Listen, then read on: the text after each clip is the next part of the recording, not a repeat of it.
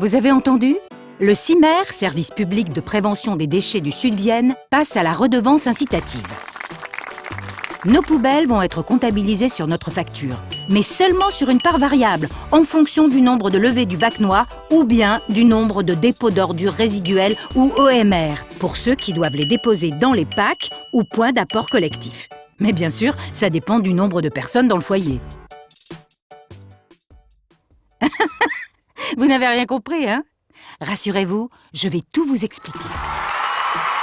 La redevance incitative, c'est tout simple. Celui qui trie correctement et produit moins de déchets paiera moins que celui qui ne le fait pas.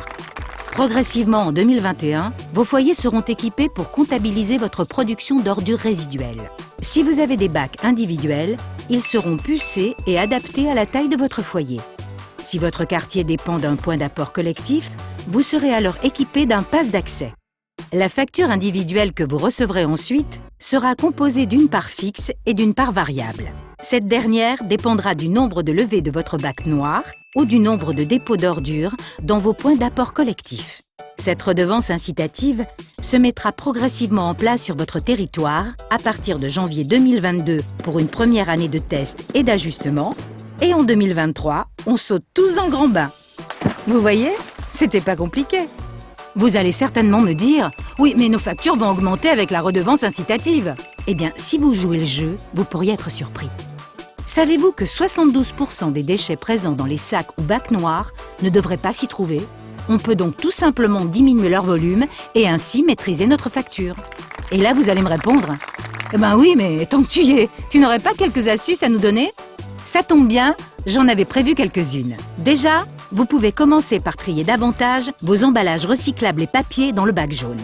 Bien sûr, il est aussi possible de réduire vos emballages en achetant en vrac chez vos producteurs locaux, par exemple. On est tellement mieux servi quand c'est à côté de chez soi. Vous pouvez aussi vider vos emballages en verre dans les bornes prévues à cet effet. Ça fait... Dans vos sacs, ça fait... Quand vous les jetez dans la borne de tri, mais ça fait surtout du poids en moins dans votre poubelle. Vous avez déjà pensé à faire du compost ou même à adopter une poule dans votre jardin? Ça ne mange pas de pain et vous pourrez manger des œufs frais toute l'année. Si vous le pouvez, n'hésitez pas à utiliser aussi des couches et des protections menstruelles lavables. Et hop, ça fait 8% de déchets en moins dans votre poubelle. Vous voyez? C'est vraiment simple de réduire ses déchets et par là même de maîtriser sa facture. Nous pouvons tous contribuer à limiter la pollution à notre échelle. Ensemble, nous pouvons diminuer notre production de déchets et ainsi faire baisser les coûts et les taxes liées à leur gestion. Le CIMer se fixe pour objectif de diminuer de 40% les déchets des sacs et bacs noirs d'ici 2025.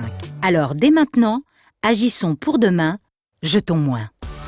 Toutes les informations pour optimiser le tri des déchets sur www.cimer86.fr.